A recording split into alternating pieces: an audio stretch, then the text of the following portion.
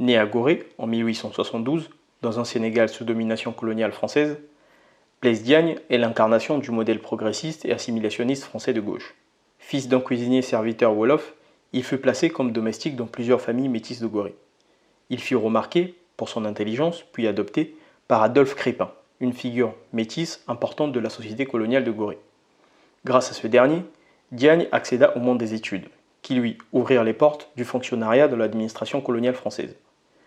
Premier Africain noir à l'Assemblée nationale française, dans un gouvernement français et au Conseil de l'Ordre du Grand Orient de France, il connut une ascension fulgurante dans l'appareil colonial français en Afrique et en Outre-mer, se terminant au sous-secrétariat d'État aux colonies de Laval dans les années 1930.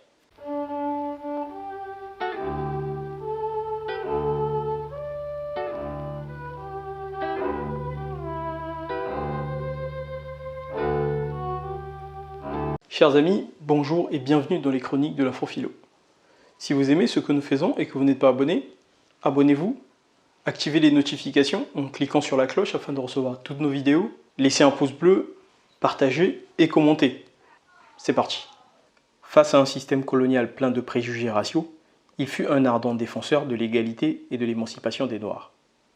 Député des communes sénégalaises à partir de juillet 1914 au sein du Parti socialiste de Viviani, sa politique pour l'égalité des Noirs lui valut des accusations et des inimitiés par ses adversaires politiques, principalement les familles de colons bordelais de Gorée et les communistes en France. Les premiers l'accusaient de démagogie et d'outrecuidance, tandis que les seconds le considéraient comme un socialiste parlementaire bourgeois, traître à ses semblables noirs. En effet, il fut l'homme désigné par la métropole, sous le gouvernement de Clémenceau, pour le recrutement des tirailleurs ouest-africains dans le cadre de la Première Guerre mondiale. Il obtint ainsi en échange de l'impôt du sang l'octroi de la nationalité française pour les natifs des 4 communes, Gorée, Dakar, Saint-Louis et Rufisque. 80 000 soldats furent ainsi recrutés en 1918 à l'approche de la fin de la guerre. Au final, le travail parlementaire de Diagne aboutira à l'octroi de la nationalité et la citoyenneté française pour les natifs des 4 communes sénégalaises et pour les anciens combattants. La création de l'école de médecine de l'AOF en janvier 1918 et la création du lycée Faidherbe de Saint-Louis en juin 1919. Tout ceci contre l'avis hostile d'une part importante de l'administration coloniale de l'époque. Blaise Diagne incarna la faction modérée ou réformiste du panafricanisme durant les 2 premiers congrès panafricains. En effet, il défendait le cœur de la lutte panafricaine, à savoir l'émancipation des Noirs, mais souhaitait leur intégration et leur assimilation totale dans le système et l'État français. Ainsi, au premier congrès panafricain en 1919, il répondra au courant radical de Marcus Garvey en ces termes. Nous, Africains de France, avons choisi de rester français, puisque la France nous a donné la liberté et qu'elle nous accepte sans réserve comme citoyens égaux à ses concitoyens d'origine européenne. Aucune propagande, aucune influence de la part de Noirs ou de Blancs ne peut nous empêcher d'avoir le sentiment que la France seule est capable de travailler pour l'avancement de la race noire. Il faut rappeler que 2 années plus tard, en 1921, la construction du chemin de fer Congo-Océan par la France emploiera le recrutement et le travail forcé des indigènes dans des conditions inhumaines dans la forêt du Mayombe au Congo, conduisant à une hécatombe. André Gide en 1927, puis Albert Londres en 1932, dénoncèrent ces pratiques et les milliers de morts que cela généra. La même année, en 1921, Blaise Diagne rejeta le manifeste de Londres à l'issue du second congrès panafricain car jugé trop communisant et radical à son goût. Ainsi, se marqua la scission entre Dubois et Blaise Diagne. Ce dernier ne participa plus au congrès panafricain suivant.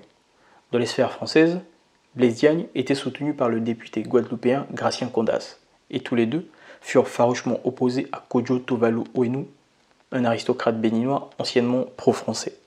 Blaise Diagne croyait probablement à une certaine arriération, du moins culturelle ou économique, des Noirs, et pensait que l'assimilation à la France leur permettrait d'évoluer vers un modèle moderne.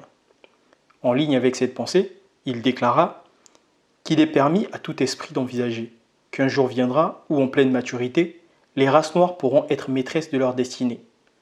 Ou encore, il déclara « Il y a le plus grand intérêt, au point de vue politique et social, à faire passer le plus grand nombre possible d'Africains par l'école de l'armée française, de façon à ce qu'ils soient rendus, à leur colonie d'origine, plus instruits et mieux pénétrés de l'influence française. » Résultant du modèle individualiste, universaliste et assimilationniste français, Il fut le père symbolique de la négritude, qui connaîtra quelques années plus tard son apogée avec Senghor et Césaire.